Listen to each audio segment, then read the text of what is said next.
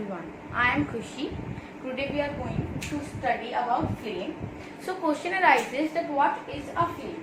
The zone where combustion of gases take place. एक ऐसी zone जहाँ पर due to combustion the gases takes place. It is the product of exothermic reaction. So what is exothermic reaction? Exothermic reaction is a reaction where heat takes place. एक ऐसी reaction जिसमें heat take place कर देती है, where heat takes place as in the process of candle when we burn the candle. So the result is heat. The heat arises, heat take place. This is also known as exothermic reaction. So now we will study about color of the flame. So what is the color of the flame? So color of the flame depends upon temperature, amount of air and nature of a substance. So what is according to temperature? Temperature कैसा है? अगर high temperature है, low temperature है, medium temperature है, ignition temperature है, कैसा temperature है? That is according to the temperature and the amount of air. So what is the role of amount of air in the color of the flame? That when it's take the full combustion, when it results in the complete reaction, so it will produce the blue color of the flame, and when it is partial combustion, then it will take in the blue flame, yellow flame. So what is the nature of the substance? There are two types of substance: saturated hydrocarbon and unsaturated hydrocarbons. When the saturated hydrocarbons is burned, it results into blue flame. जब भी saturated hydrocarbon burn होती है तो हमेशा blue flame होती है, और जब अनसैचुरेटेड हाइड्रोकार्बन होते हैं तब तो क्या होते हैं?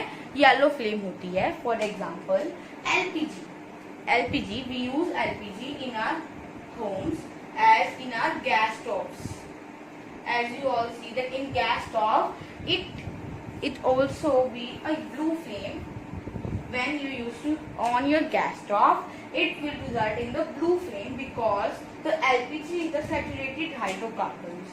And when you burn any candle or a diya, it will result into yellow flame. Why? Because the substance which heating that diya or candle is a wax or an oil or a ghee which is unsaturated hydrocarbon.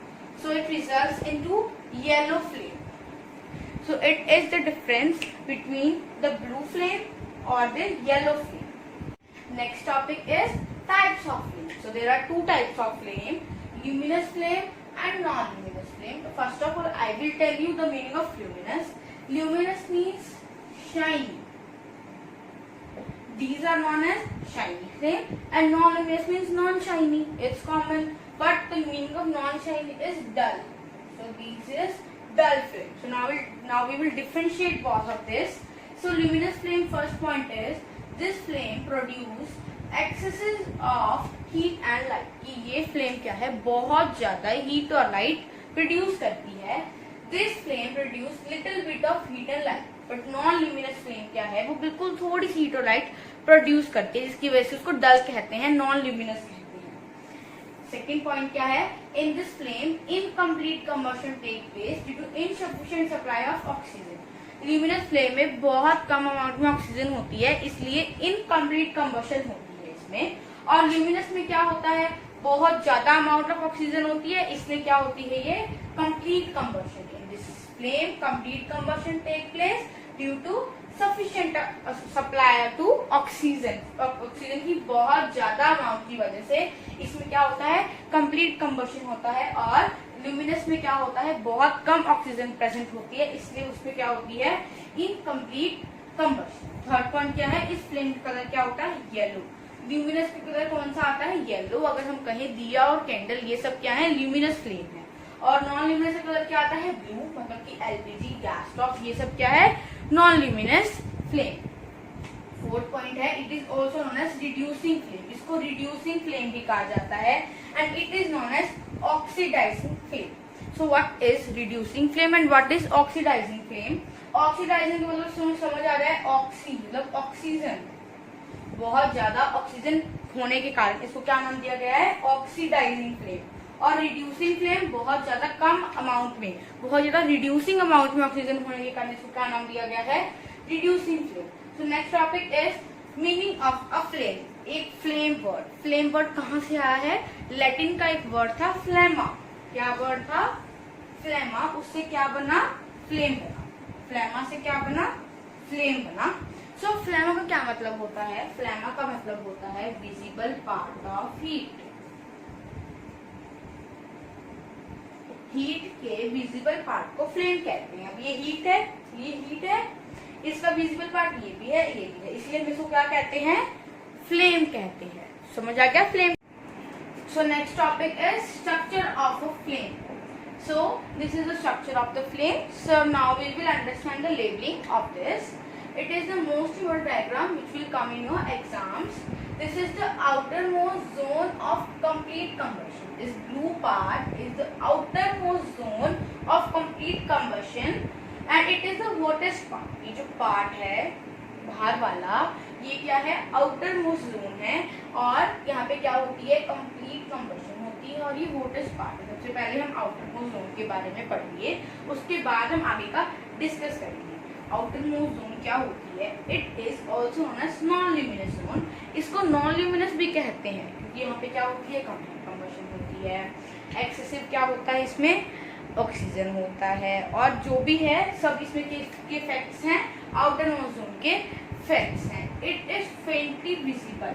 Faintly का क्या मतलब है, बिल्कुल हल्का हल्का, थोड़ा थोड़ा, बिल्कुल थोड़ा थोड़ा दिखता है इसमें।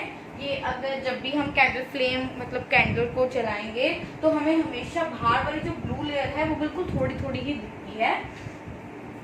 इन this zone complete combustion of wax vapor take place due to sufficient amount of oxygen. इस जोन में क्या होता है, कंप्लीट कंबशन में जो वैक्स वेपर होती है, यू ऑलरेडी नो कि कैंडल वैक्स की बनी होती है। I have labelled this is a wax candle.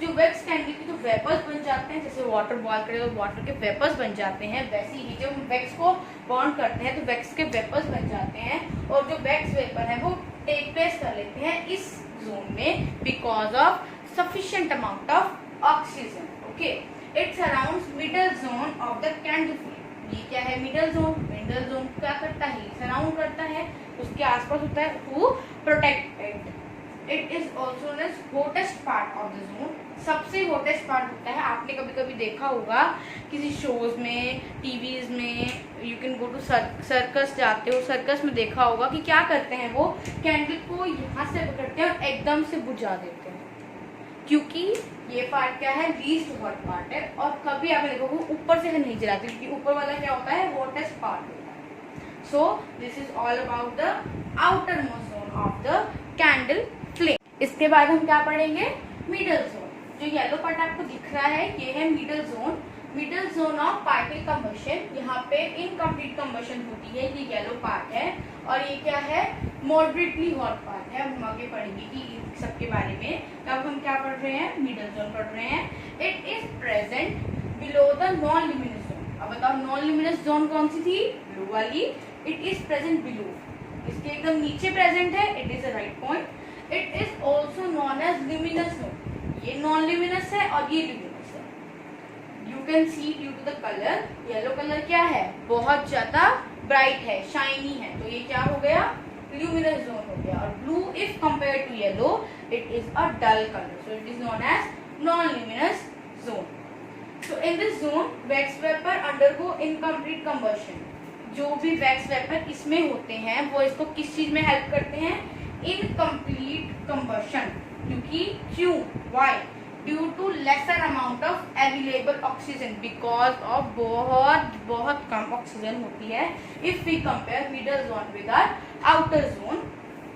Yellow bright light is produced और क्या होता है, बहुत कम ऑक्सीजन की वजह से ब्राइट लाइट प्रोड्यूस हो जाती है, उसका कलर क्या होता है, yellow.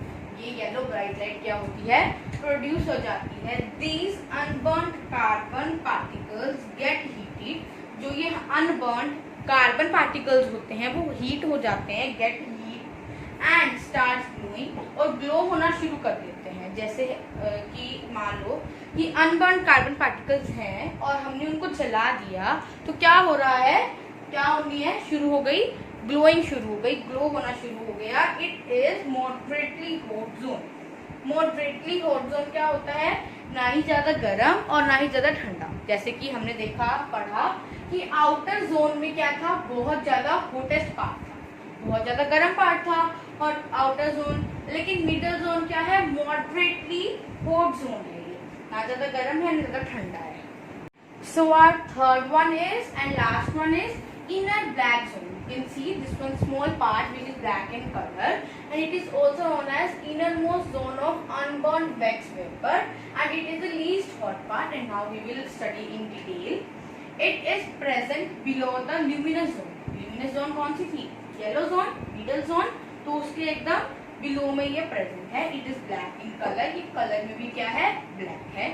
In this zone, no combustion or little bit combustion is present. या तो इसमें बिल्कुल भी कंबशन नहीं होती है, या होती है तो बिल्कुल थोड़ी सी होती है, बिल्कुल लिटिल बिट होती है, due to the absence of air, because जिसमें बिल्कुल भी एयर, बिल्कुल भी ऑक्सीजन प्रेजेंट नहीं होती। This zone is least hot zone.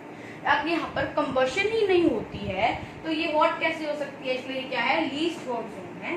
It is also known as no combustion zone. इसको नो कंबशन जोन भी कहते हैं। जहाँ कोई कंबशन नहीं, इसको क्या कहेंगे? Non combustion zone.